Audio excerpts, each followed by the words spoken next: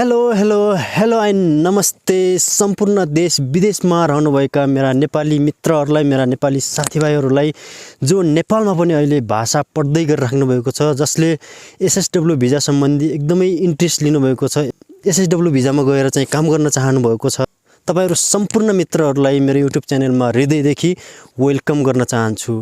आजको यो भिडियोमा तपाईहरुले यो पनि थाहा पाउनुहुनेछ कि जापानको एसएसडब्ल्यू भिजा सम्बन्धी नयाँ अपडेट के हो भनेर तपाईहरुले थाहा पाउन सक्नुहुनेछ। र यो एसएसडब्ल्यू भिजामा चाहिँ काम गर्न जानको लागि कतिवटा प्रोसेसहरु हामीले चाहिँ पार गर्नुपर्ने हुन्छ हैन। सबभन्दा पहिलो प्रोसेस के, दोस्रो प्रोसेस के, तेस्रो प्रोसेस के, चौथो प्रोसेस के, यी सम्पूर्ण प्रोसेसहरु छन् र यो सम्पूर्ण प्रोसेसहरु पूरा गरेर मात्रै हामीले जापान चाहिँ कामदार भिजामा चाहिँ जान सक्छौं। मैले भाषा सुरु गरेदेखि आजसम्मको मेरो प्रोसेसहरु के भइराछ म तपाईहरुलाई डिटेल्स बताउने छु। एसएसडब्ल्यू भिजा अर्थात यो कामदार भिजामा चाहिँ जान चाहनु भएको छ तपाईहरुको लागि अत्यन्तै महत्त्वपूर्ण एकदमै इम्पोर्टेन्ट कुराहरु चाहिँ भिडियो अन्तिमसम्म हेर्नु होला।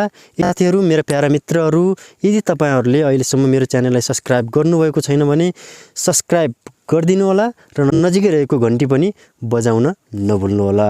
आउनुहोस् साथीहरु, सुरु गरौँ आजको भिडियो।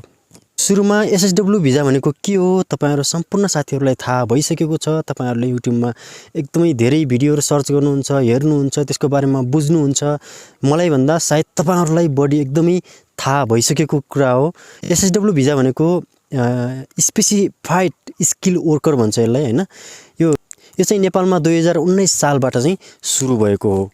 चाहिँ एन4 लेभलको भाषा पास अनिवार्य छ र एन4 लेभलको भाषा पास गरिसकेपछि अर्को स्टेप भनेको तपाईहरु मित्रहरु, तपाईहरुले एन4 लेभलको भाषा पास गरिसक्नुभयो भने पहिलो स्टेप भनेको मित्रहरु तपाईहरुले एन4 लेभलको भाषा पास अनिवार्य गर्नुपर्ने हुन्छ। अनि त्यसपछि दोस्रो स्टेप भनेको तपाईहरुले स्किल टेस्ट भन्छ हैन। स्किल टेस्टमा पनि 3-4 वटा स्किल टेस्टहरुको एक्जाम दिएर तपाईहरुले पास गर्नुपर्ने हुन्छ। एउटा छ फुड सर्भिस छ, एउटा एग्रिकल्चर छ अनि अर्को खाइगो नर्सिङ छ। यी तीनवटा स्किलहरु छ विशेष गरी नेपालमा अहिले चलिरहेको। यी तीनटा स्किल मध्ये तपाईहरुले जुनसुकै स्किल पास गरेर पनि तपाईहरुले यो एसएसडब्ल्यू कामदार भिजामा जापान जान सक्नुहुनेछ। त्यसपछि पहिलो स्टेप भाषा पास भयो, दोस्रो स्टेप स्किल टेस्ट पास भयो, तेस्रो स्टेप भनेको तपाईहरुले इन्टरभ्यूको तयारी गर्नुपर्छ। इन्टरभ्यूको तयारी गरिसकेपछि तपाईहरुले विभिन्न कम्पनीहरु, विभिन्न कन्सल्टेन्सीहरुमा विभिन्न क्षेत्रमा चाहिँ डिमान्डहरु मज्जाले आइरहेको छ। तपाईहरुले भाषा मात्रै पास गर्नुस्, डिमान्डहरुको कुनै पनि कमी हुँदैन। अहिले 3-4 वटा क्षेत्रहरुबाट जापानले आफ्नो देशमा कामदार परिपूर्तिको लागि विश्वबाट यी मैले भनेका सेक्टरहरुमा एकदमै धेरै कामदारहरु आवश्यक परेको हुनाले आफ्नो देशमा कामदार परिपूर्तिहरुको लागि लिने भएको छ। र जापान कामदार भिजामा जानको लागि यो तीनवटा स्टेप चाहिँ एकदमै अनिवार्य छ। र तपाईले यो तीनवटा स्टेप फलो गर्नुभयो भने तपाईले जापान कामदार भिजामा चाहिँ एकदमै मजाले जान सक्नुहुनेछ। अनि त्यसपछि तपाई इन्टरभ्यु पास हुनुहुन्छ नि। जब तपाई इन्टरभ्यु पास हुनुहुन्छ त्यसपछि तपाई इन्टरभ्यु पास हुनुहुन्छ। इन्टरभ्यु पास भइसकेपछि तपाईको अरु स्टेप भनेको तपाईको कन्सल्टेन्सीले सबै कामहरु गर्दिन्छ। कन्सल्टेन्सीले के गर्दिन्छ भने तपाईले जुन कम्पनीमा चाहिँ इन्टरभ्यु दिनुभएको थियो त्यो इन्टरभ्यु पास भइसकेपछि कन्सल्टेन्सीले चाहिँ एप्लाई गरिदिन्छ। एप्लाई भइसकेपछि तपाईको 1 देखि 3-4 महिना भित्र चाहिँ तपाईहरुको सीईओ आउँछ। आइसकेपछि त्यसपछिको प्रोसेस भनेको तपाईको भिजा एप्लाई हुन्छ। जब भिजा एप्लाई हुन्छ त्यसको भिजा एप्लाई गरेको 1-2 हप्ता अर्थात 2-3 हप्तामा चाहिँ तपाईहरुको भिजा आउँछ। र कुनै कम्पनीले चाहिँ प्लेनको टिकट चाहिँ आफ्नो कम्पनीले चाहिँ बेहोरेको हुन्छ भने कुनैमा चाहिँ स्वयं आफैले चाहिँ कम्पनीको टिकट तिरेर चाहिँ हामीले जापान जानुपर्ने हुन्छ। साथीहरु, यो त भयो एसएसडब्ल्यू भिजाका प्रोसेसहरु। अब तपाईहरुलाई म चाहिँ मेरो एक्सपिरियन्स चाहिँ तपाईहरुलाई शेयर गर्दै छु। मेरो एक्सपिरियन्स भनेको मैले एन5 लेभलबाट जापानिज भाषा सुरु गरे, त्यो कम्प्लिट भइसकेपछि एन4 लेभल सुरु गरे।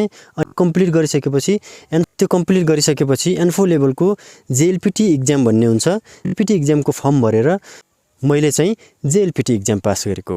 एन4 लेभलको भाषा पढ्न चाहिँ मलाई 8-9 महिना लागेको थियो।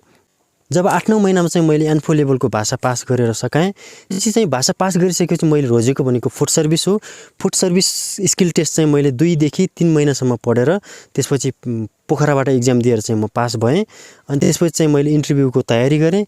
इन्टरभ्यू तयारी गरिसकेपछि विभिन्न ठाउँमा चाहिँ फुड सर्भिसको डिमान्डहरू आइरहेको हुन्छ। ती डिमान्डहरू आइरहेका कम्पनीहरूमध्ये एउटा कम्पनीमा चाहिँ मैले इन्टरभ्यू दिएर पास हुन सफल भएँ।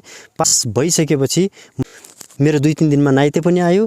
त्यसपछि 1 हप्तामा चाहिँ कन्ट्र्याक्ट पेपर पनि आयो र कन्ट्र्याक्ट पेपर साइन गरिसकेपछि त्यसपछिको प्रोसेस भनेको प्रयासको काम भनेको कन्सल्टेन्सीको हुन्छ। कन्सल्टेन्सी आफैले गरिदिन्छु भनेको कारणले गर्दा त्यसपछिको प्रयासको काम चाहिँ कन्सल्टेन्सीको हुने भएको कारणले गर्दाखेरि म चाहिँ 2-3 महिनाको लागि आफ्नो फ्यामिलीसँग टाइम स्पेन्ड गर्नको लागि म चाहिँ आफ्नो गाउँ फर्किएँ। र साथीहरू म चाहिँ अहिले COE को वेटिङमा बसिरहेको छु। COE कहिले आउँछ मेरो पनि थाहा छैन। यो चाहिँ अब कन्सल्टेन्सीलाई पनि थाहा हुँदैन, हामीलाई पनि थाहा हुँदैन। यो चाहिँ बिल्कुलै अब इमिग्रेसनको हातमा हुन्छ, कहिले आउँछ के हुन्छ सबै कुरा पछि आइसकेपछि अनि त्यसपछि थाहा हुन्छ। अब COE आइसकेपछिको प्रोसेस पनि म तपाईहरुलाई राम्रोसँग पछि मेरो COE आयो भने म भन्ने नै छु साथीहरू। र अर्को छ SSW भिजा सम्बन्धी जापानको नयाँ अपडेट के छ त भन्ने कुरा पनि म तपाईहरुलाई भन्छु भनेको थिएँ। त्यो अपडेट के हो भने साथीहरू, अहिले SSW भिजाको लागि जापान सरकारले पहिला SSW भिजामा आउन चाहने मान्छेहरूको लागि SSW भिजालाई चाहिँ जम्मा 5 वर्ष गराएको थियो भने अहिले उले अब SSW 2 मा जानको लागि विद्यार्थीहरूलाई सजिलो होस्, कामदारहरूलाई सजिलो होस् भनेर चाहिँ जापान सरकारले चाहिँ 1 वर्ष थप गरेको छ र हामीलाई एकदमै सजिलो बनाइदिएको छ साथीहरू। त्यो 1 वर्ष थप गर्नुको कारण के हो भने तिनीहरूलाई पढ्ने टाइम मिलोस्, तिनीहरूलाई प्रयास चाहिँ सबै कामदारहरू सबै विद्यार्थीहरू चाहिँ पास हुन सकुन् भन्ने उद्देश्यले चाहिँ जापान सरकारले 1 वर्ष चाहिँ विदेशीहरूको लागि थप गरेको छ, त्यो पनि SSW भिजामा।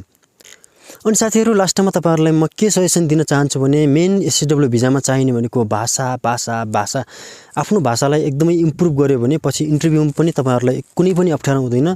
इन्टरभ्यूको राम्रोसँग तयारी गर्यो भने उताबाट भनेको कुरा पनि आफूले सजिलै बुझ्न सकिन्छ र आफूले भनेको कुरा पनि उताका जापानिजहरूले चाहिँ सजिलै बुझ्न सक्ने हुन्छ यदि एकदमै गुड भयो भने एकदमै राम्रो हुन्छ।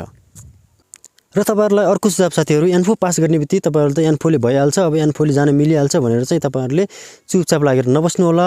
N3 क्लास अनिवार्य लिनु होला। अनि त्यतिले मात्रै नभएर N3 क्लास त लिनु पर्छ नै। त्यसपछि लिसकेपछि साथसाथै स्किल टेस्टको अनलाइन क्लास हुन्छ या त फिजिकल क्लास हुन्छ, लिनु भयो भने तपाईहरुले लिनुपर्ने हुन्छ। र स्किल टेस्ट पास भइसकेपछि तपाई त्यतिकै नबस्नु होला। पास भए लगतै कसैको सोच हुन्छ मैले त स्किल टेस्ट पनि पास गरिसकेँ, N4 पनि पास गरिसकेँ, त्यसपछि म त अब बिन्दास पास भएर चाहिँ जापान गइहाल्छु भन्ने सोच बनाउनु भएको छ भने तपाईहरुको जस्तो कमजोर सोच अरु कसैको पनि छैन। त्यस्तो नगर्नु होला। यो चाहिँ मेरो एक्सपिरियन्स हो। म चाहिँ त्यस्तै 2-3 वटा गल्ती गरेर साथीहरू मेरो इन्टरभ्यू चाहिँ अलिकता ढिलो पनि भयो, त्यसपछि गएर अलिकता असहज पनि भयो। त्यसपछि मैले मेहनत गर्दै जाँदाखेरि लास्टमा फाइनली म चाहिँ इन्टरभ्यूमा पास भएर मेरो प्रोसेस अगाडि बढ्यो। के हुन्छ जे गरे हुन्छ भाषालाई राम्रो बनाउनुस्। त्यसपछि यसलाई चाहिँ अब सुरुमा चाहिँ एकदमै अप्ठ्यारो जस्तो लागे पनि तपाईहरुले पढ्दै जाँदाखेरि प्र्याक्टिस गर्दै जाँदाखेरि पछि लास्टमा चाहिँ एकदमै अब सजिलो हुँदै जान्छ। हरेक कुराहरु त्यही त हो नि हैन। पहिला सुरुमा गाह्रो लाग्ने कुरा पछि सजिलो हुन्छ, पहिला सजिलो लाग्ने कुरा कसैलाई पछि गाह्रो हुन पनि सक्छ। त्यसैले साथीहरु म तपाईहरुलाई भन्छु मेरो सुझाव भनेको यही छ कि तपाईहरुले N4 स्किल टेस्ट पास गर्ने बित्तिकै तपाई त्यतिकै नबस्नु होला। N3 क्लास लिइहाल्नु होला। त्यसपछि N3 क्लास लिइसकेपछि इन्टरभ्यूको क्लास पनि अनिवार्य लिनु होला। किनभने तपाईहरुले पछि राम्रो कम्पनीको चाहिँ गुड अपर्च्युनिटी एकदमै राम्रो स्यालेरी भएको कम्पनीहरुमा चाहिँ तपाईहरुले तपाईहरुको अपर्च्युनिटी मिस गर्नु हुने छैन यदि तपाईले चाहिँ मैले भनेको कुराहरु मान्नुभयो भने। र थ्यांक यू साथीहरु, भिडियो आजको लागि यति नै गरौँ। मेरो बारेमा भन्नु पर्यो भने म चाहिँ कुन कम्पनीमा चाहिँ पास भएँ, मेरो स्यालेरी कति छ हैन, जापानको चाहिँ कुन ठाउँमा चाहिँ म जाँदै छु, मेरो ओभरटाइम कति छ, बोनस कति छ, के छ, सम्पूर्ण जानकारी म तपाईहरुलाई आउने भिडियोमा चाहिँ दिनेछु। Thank you so much. नमस्ते, बाइ बाइ।